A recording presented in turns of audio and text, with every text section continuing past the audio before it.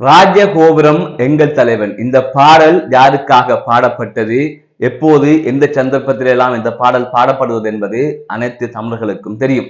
பெரும்பான்மையாக தமிழர்கள் ஏற்றுக்கொண்ட ஒரு தலைவருக்காக பாடப்படுகின்ற பாடல் தான் இந்த பாடல். தற்பொழுது இந்த பாடலை செல்வம் அடைக்கலநாதனுக்காக பாடியிருக்கிறார்கள்.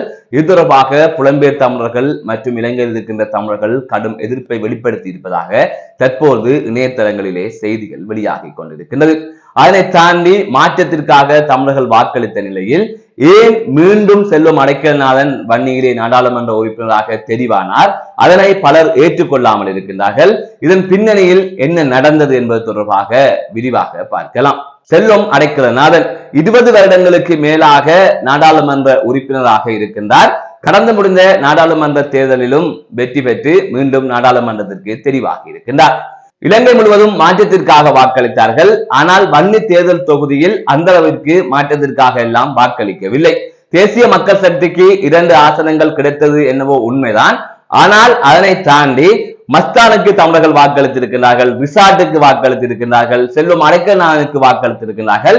அதாவது மாற்றத்திற்காக வாக்களித்த வீதம் என்பது வன்னியில் மிக மிக குறைவென்றுதான் கூற முடியும்.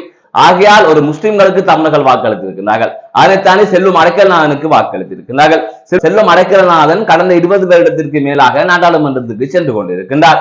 அவரால் இந்த தமிழ் மக்களுக்கு எதுவுமே நடந்து விடவில்லை. மாற்றம் என்று வருகின்ற போது வன்னியிலே முதலில் தூக்கி எறியப்படுபவர் செல்வம் அடைக்கலநாதனாகத்தான் இருந்திருக்க வேண்டும். ஆனால் அவர் மீண்டும் நாடாளுமன்ற உறுப்பினராக தெரிவாகிவிட்டார்.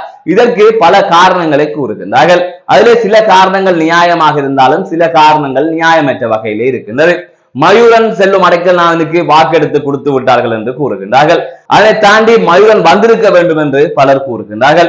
அதை தாண்டி இன்னும் பல வேட்பாளர்கள் அந்த கட்சியிலே போட்டியிட்டார்கள். உதாரணத்துக்கு முன்னாள் போராளிகள் 2 போட்டியிட்டார்கள், அவர்கள் கூட வந்திருக்கலாம் என்று கூறுகின்றார்கள். இப்படி இருக்கின்ற போது செல்வம் அடைக்கலநாதன் எப்படி வந்தார்? சிலர் மயூரனால் தான் வந்தது கூறிக்கொண்டிருக்கின்றார்கள். ஆனால் உண்மை என்னவென்று சொன்னால் செல்வம் அடைக்கலநாதனுக்கு மன்னாரில் அதிக வாக்குகள் விழுந்திருக்கின்றது. ஆனால் வவுனியாவில் குறைந்தளவு வாக்குகள் தான் விழுந்திருக்கிறது. மயூரனுக்கு மன்னாரில் குறைந்தளவு வாக்குகள் விழுந்திருக்கிறது. ஆனால் வவுனியாவிலும் குறைந்தளவு வாக்குகள் தான் விழுந்திருக்கிறது. எனவே வவுனியா மக்கள் தவறான புரிதலுடன் மயூரனுக்கு வாக்களிக்காமல் விட்டதால் இன்று வவுனியா ஒரு நாடாளுமன்ற உறுப்பினரை இழந்திருக்கிறது.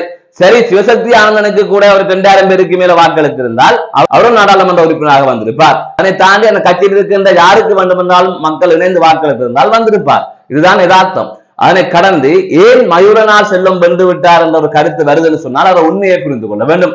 கடந்த 2020ஆம் ஆண்டு நாடாளுமன்ற தேர்தலின் போது தமிழ் தேசிய கூட்டமைப்பு சார்பாக வன்னி தேர்தல் தொகுதியிலே செல்வம் அடைக்கலநாதன், வினோ, மயூரன் உள்ளிட்ட பலர் போட்டியிட்டிருந்தார்கள். அந்த சந்தர்ப்பத்தில் வவுனியாவில் மயூரன், செல்வம், வினோ என்று போஸ்டர் அடித்து ஒட்டினார்கள். மன்னாரில் வினோ, செல்வம் என்று ஒட்டினார்கள். அதாவது மன்னார் மறை மாவட்டம் கிறிஸ்தவர்களுக்கு தான் வாக்களிக்க வேண்டும் என்று ஒட்டினார்கள். முல்லைத்தீவிலும் அவர்கள் 2 தனியாகத்தான் ஒட்டினார்கள். வெளி மாவட்டங்களில், அதாவது வவுனியாவை தவிர்த்து வெளி மாவட்டங்களில் பிரச்சாரம் செய்கின்ற போது மயூரனின் புகைப்படங்களை இணைத்துக் கொள்ளவில்லை. அதற்கும் செல்வத்திற்கும் சம்பந்தம் இல்லை, அது வினோ செய்த வேலை. ஆகையால் அப்போது இவர்கள் ஒரு ரகசியமாக ஒரு தந்திரத்தை பயன்படுத்தி இருந்தார்கள். இதனால் தான் மயூரன் தோல்வியடைந்தார் என்று கூறப்படுகின்றது. ஆனால் அப்படி ஒட்டியிருந்தால் கூட வாக்களித்திருக்க மாட்டார்கள். என்றால் இங்கு இருக்கின்ற மன்னாரில் இருக்கின்ற அரசியல் சூழல் என்பது கொஞ்சம் வித்தியாசமானது. ஒரு மத அரசியலை மையப்படுத்தி தான் மன்னார் அரசியல் நகர்ந்து கொண்டிருக்கின்றது. ஆனாலும் மயூரன் அப்போது பெற்ற வாக்கை விட கிட்டத்தட்ட 2 மடங்கான வாக்குகளை பெற்று தான் செல்வம் அடைக்கலநாதன் நாடாளுமன்றத்துக்கு தெரிவானார். அதனால் மயூரனால் தான் செல்வம் நாடாளுமன்றம் சென்றார் என்று கூற முடியாது. அதை தாண்டி மயூரன் 2 முறை தான் நாடாளுமன்ற தேர்தலிலே போட்டியிட்டு இருக்கின்றார். அதற்கு முதலெல்லாம் எவ்வாறு செல்வம் அடைக்கலநாதன் நாடாளுமன்றம் சென்றார், மயூரனை வைத்தார் சென்றார் என்கிற கேள்வி இருக்கின்றது. ஆகையால் அந்த விடயத்தை இவர்கள் தவறாக புரிந்து கொண்டார்கள். அதாவது நாங்கள் கூறியது என்னவென்று சொன்னால், நான் கூட அந்த ஆரம்பத்தில் இவர்கள் போட்டியிடுகின்றார்கள் என்று கூறிய போது சொன்னேன், மயூரனை வைத்து செல்வம் வரப்போகுது. அதாவது எப்படி வரப்போகுது என்றால் வவுனியாக்கள் 2 பேருக்கும் சேர்த்து வாக்களிங்கள் சொல்வது, மன்னார் முல்லத்திலே தனியே வாக்களிங்கள் சொல்வது, இப்படி ஒரு தந்திரத்தை செய்ய போகின்றார்கள். ஆகையால் வவுனியாவை மயூரனுக்கு மட்டும் தனியே வாக்களிங்கள் என்று தான் சொன்னேன். அப்படி ஒரு விடயத்தை செய்திருந்தால் மயூரன் நாடாளுமன்ற உறுப்பினராக இருந்திருப்பார். அதாவது இனிமே காணாதவர்களுக்கு வவுனியா மக்கள் வாக்களித்தது, ஆனால் அதை யோசிக்காமல் மயூரனுக்கு வாக்களித்திருந்தால் அவர் வந்திருப்பார். அதனை தாண்டி மயூரனுக்கு வாக்களித்தால் செல்வம் வரும் என்பது தமிழகத்திலே கூறுவார்கள் தெரியுமா? திமுகவுக்கு வாக்களிக்காமல் வேறு கட்சிக்கு வாக்களித்தால் பாஜக உள்ளே புகுந்துடும். அவ்வாறான ஒரு கருத்தாகத்தான் இது இருக்கின்றது. எனவே நீங்கள் முதலில் வாக்களிக்க வேண்டும். வவுனியா மக்கள் வவுனியா வேட்பாளருக்கு வாக்களித்து, அதாவது மயூரனுக்கு வாக்களித்து நடந்திருக்காது. எனவே மயூரனை விட்டு வேறு யாராவது ஒருவரை தெரிவு செய்து வாக்களித்தா கூட நடந்திருக்காது. எனவே நீங்கள் விட்ட பிள்ளைகளுக்கு அவரால் வந்தால் இவரால் வந்தார் என்று கூறுவதிலே அர்த்தம் இல்லை. அதற்கு முதல் இந்த வாக்குகளை இருக்கா பார்ப்போம். அந்த வகையில் பாத்தீங்கன்னு சொன்னால் செல்வம் அவர்கள் வன்னி தேர்தல் தொகுதியில் 5695 வாக்குகளை பெற்றிருக்கின்றார். இரண்டாவதாக ரோஜன் அவர்கள் 4758 வாக்குகளை பெற்றிருக்கின்றார். மூன்றாவதாக மயூரன் அவர்கள் 4632 வாக்குகளை பெற்றிருக்கின்றார். அவர்களையும் கூட பாருங்கள், முல்லைத்தீவு மாவட்டத்தை எடுத்துக்கொண்டீர்கள் சொன்னால் செல்வம் அடைக்கல்நாதன் 827 வாக்குகளை பெற்றிருக்கின்றார். மயூரன் 949 வாக்குகளை பெற்றிருக்கின்றார். அதே மன்னாரை எடுத்துக்கொண்டீர்கள் சொன்னால் செல்வம் அடைக்கல்நாதன் 3140 வாக்குகளை பெற்றிருக்கின்றார்.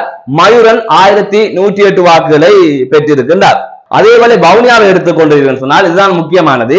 செல்வம் அடைக்கல்நாதன் 1359 வாக்குகளை தான் பெற்றிருக்கின்றார்.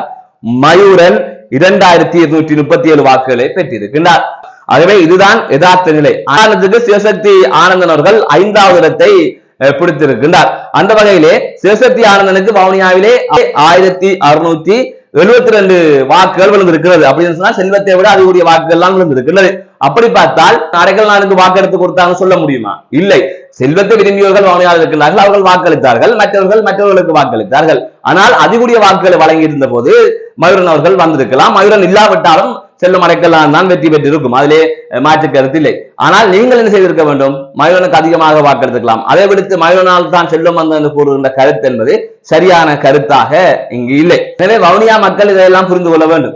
அதனை தாண்டி இன்று பாருங்கள், இந்த வன்னி தேர்தல் தொகுதி நாடாளுமன்ற உறுப்பினராக ஆகிவிட்டார். அவர் தொடர்ந்து ஆகிக்கொண்டுதான் இருக்கின்றார். அவருக்கு அதிர்ஷ்டம் என்றுதான் சொல்ல வேண்டும். இந்த முறை இப்படியான ஒரு சூழ்நிலை கூட அவர் நாடாளுமன்ற உறுப்பினர் ஆகிவிட்டார். இவ்வாறு நாடாளுமன்ற உறுப்பினர் ஆன பின்னர் மன்னாரிலே பல வெற்றி கொண்டாட்டங்கள் நடைபெற்றது. அப்படி ஒரு வெற்றி கொண்டாட்டத்தில் அவர் சென்ற போதுதான் ஒருவர் ராஜகோபுரம் எங்கள் தலைவன் என்ற பாடலை செல்வம் அடைக்கல்நாதனின் கையை பிடித்துக் கொண்டு பாடினார். அதனை அனுபவித்து கேட்டுக்கொண்டிருக்கின்றார் செல்வம் அடைக்கல்நாதன். அதன் தொடர்ச்சியாக இந்த பாடல் விடுதலை புலிகள் அமைப்பின் தலைவர் பிரபாகரன் அவர்களுக்காக போடப்படுகின்ற பாடல். பெரும்பான்மையான தமிழர்களால் ஆதரிக்கப்பட்ட தலைவருக்கு இந்த பாடல் போடப்படுகின்றமை வழக்கமான ஒன்று. இன்று வரை அவரை அடையாளப்படுத்துவதற்கு ராஜகோபுரம் எங்கள் தலைவன் என்றுதான் குறிப்பிடுவார்கள். அந்த பாடலை தேர்தல் தொகுதியிலே வெற்றி பெற்றவர்களில் ஏன் தோல்வியடைந்தவர்கள் பலரை விட இவருக்கு வாக்கு குறைவு. இவர் அந்த பாடலை போல இன்னொருவர் பாட அனுபவித்துக் கொண்டிருக்கிறார். இதற்கு தற்பொழுது கடும் எதிர்ப்பு கிளம்பி இருக்கிறது. மீண்டும் காணொலி சந்திக்கின்றேன். நான் நடராசா ஜெயகாந்தன்.